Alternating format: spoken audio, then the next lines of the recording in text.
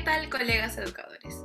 Hoy hablaremos del tema Educación en Finlandia como modelo para emular en Perú. Para eso estaremos conversando junto a Adriana Mendoza, Bianca Alcántara, Ivonne Aybar y quienes habla, Valeria Miranda. Este podcast tiene como objetivo que los agentes educativos, como educadores o directivos de un colegio, sepan la realidad de la visión educativa finlandesa y se cuestionen si en Perú se podría emular. Y con todo ello, en nuestro conversatorio, sostendremos la postura de que en Perú no se podría emular esta visión educativa, porque la realidad cultural, social y económica no es la misma que en Finlandia. Pero se podría realizar adaptaciones a un nivel práctico-pedagógico dentro de las aulas. Para comenzar, queremos citar una idea muy interesante publicada por el Ministerio de Educación de España respecto del modelo educativo ideal, y es que una enseñanza eficaz no se centra ya en la transición de conocimientos del profesor al alumno, sino que requiere que el primero dirija a los alumnos en sus estudios y les proporcione un entorno pedagógico apropiado. Justo eso es lo que se busca en el modelo educativo finlandés. Así que si bien sabemos que Finlandia viene de ser un referente en el mundo de la pedagogía por sus excelentes resultados en las pruebas PISA, nos gustaría hablar un poco del porqué, es decir, ¿cuál es el modelo educativo que tienen? Chicas, no sé si les gustaría comentar un poco de ello. Claro, mira, justo en la revista pedagógica mexicana Escribiendo y el Ministerio de Educación finlandés en el 2008 dan una buena explicación de la organización del sistema educativo desde la educación preescolar hasta la educación superior. Aquí mencionan que las escuelas de Finlandia son gratuitas y se sustentan de los impuestos, lo que significa que son escuelas estatales y los niños tienen el derecho y deber de acceder a una educación básica. Y algo que nos parece interesante es que, a pesar de que el preescolar es optativo, o sea, opcional, la mayoría de padres envían a sus hijos en esta etapa, aproximadamente 6 años. Ya la primaria es obligatoria desde los 7 a 16 años y de aquí los estudiantes tienen 2 opciones. Justo sobre esto quisiera explicar un poco más, entendiendo que culturalmente el valor que le dan a la educación es altísimo. Educarse para un finlandés es algo normal, algo que no tendría razón por lo cual no optar. Agregada la idea que es mayormente gratuita, para ellos la educación no tiene fin, con decir que hay varias oportunidades de seguir estudiando hasta la vejez. Ya con este punto claro, pues luego de la educación básica, los estudiantes de 16 a 19 años pueden titularse de bachiller general o optar por una formación profesional de grado básico. Los estudiantes desde su educación básica se encuentran muy animados en relación a las ciencias, investigación y tecnologías. Por eso mismo, son muy reconocidos como uno de los mejores en competitividad, innovación y creatividad.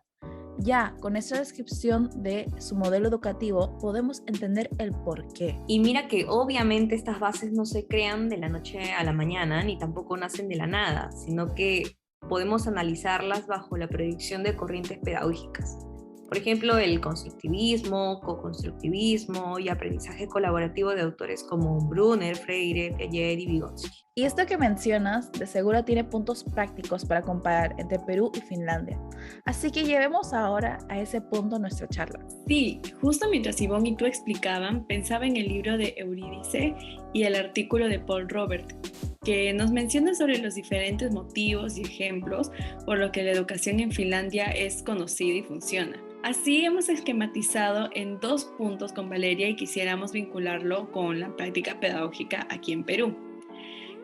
El primer punto trata de la importancia que se le da a la educación a nivel económico. Para esto podemos comparar básicamente el ingreso per cápita en Finlandia para la educación con el de Perú. En el primero hablamos alrededor de unos $10,726 o más destinados al sector educación. Con este fondo se puede suplir la educación gratuita de calidad para todos los finlandeses, lo cual permite que las desigualdades sociales sean mínimas.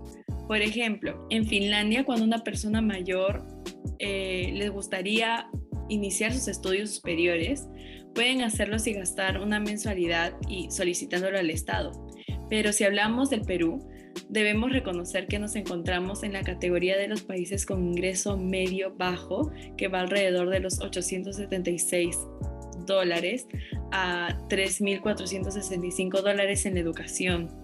Y Ese indicador muestra claramente por qué se nos complica tanto poder mejorar nuestro sistema educativo, infraestructura, materiales, recursos humanos y muchos más, ¿no?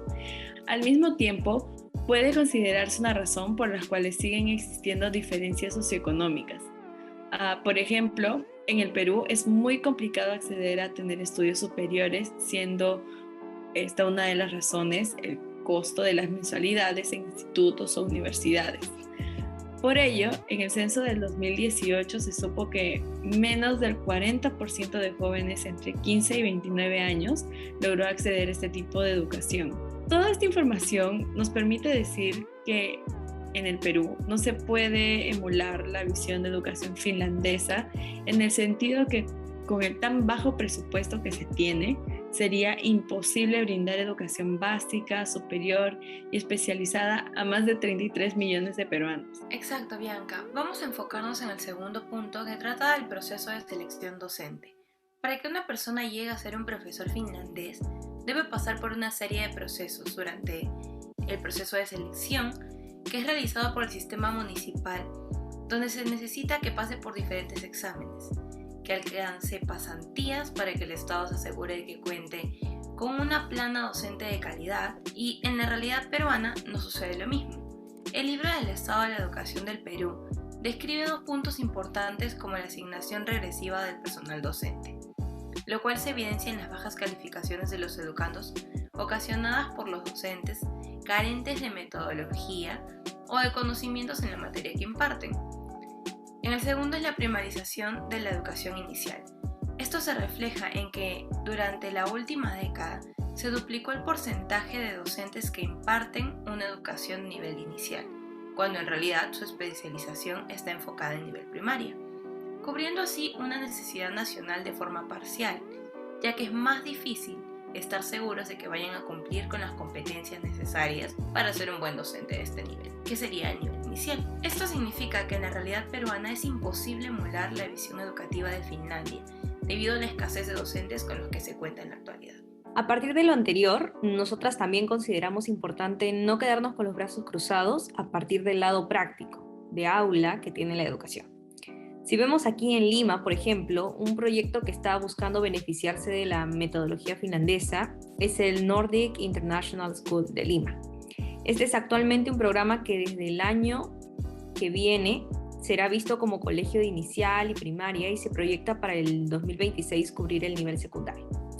Lo que la misma directora de este colegio internacional, María Ruskanen, comenta en una entrevista es su ánimo por formar buenas personas y ciudadanos capaces de seguir aprendiendo a lo largo de su vida.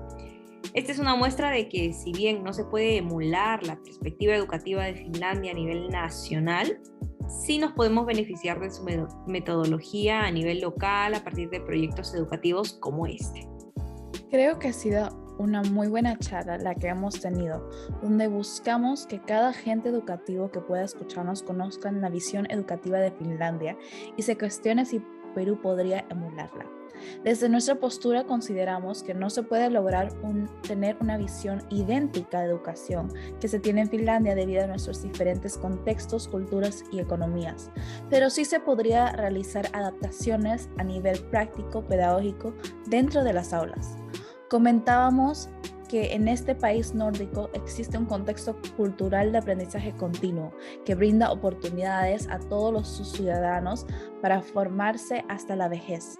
Sí es posible a partir de corrientes educativas como el constructivismo, co-constructivismo y aprendizaje colaborativo. Son considerados por ello como uno de los mejores países en competitividad, innovación y creatividad. También presentamos dos puntos comparativos entre Perú y Finlandia, por lo cual nos sería imposible emular su visión educativa. El primer punto se refería a la importancia que le dan a estos países a la educación a nivel económico, con lo que concluimos que tratar de ofrecer educación básica y superior de manera gratuita sería imposible con el poco presupuesto con el que contamos. El segundo punto trató del proceso de selección del docente, donde descartamos que tampoco sería factible emular en este sentido por la escasa cantidad de personal apto con el que se cuenta. A pesar de ello, también creemos que esto no debe paralizarnos, sino más bien motivarnos a buscar soluciones de la práctica educativa, como en el proyecto educativo del Colegio Nordic International School en Lima. A partir de todo lo anteriormente mencionado, reflexionamos sobre la realidad influyente de la cultura en las prácticas pedagógicas de una organización o institución educativa. Por lo que si se quieren hacer cambios a ese nivel, se debería optar por la reflexión sociocultural y promover cambios de ahí a partir de campañas de concientización, por ejemplo. También destacamos de todo esto las deficiencias y oportunidades que tiene nuestro país para mejorar el nivel educativo, pensando que lo que se logra a ese nivel va a impactar en todo sentido una sociedad entera. Lo que nos da mucha esperanza es que estos cambios pueden empezar desde el aula. Esto ha sido todo. Gracias por acompañarnos en este podcast. Y si en caso quieres saber un poco más sobre los documentos donde sacamos la información, puedes revisar nuestra descripción y también dejarnos un comentario. Hasta la próxima.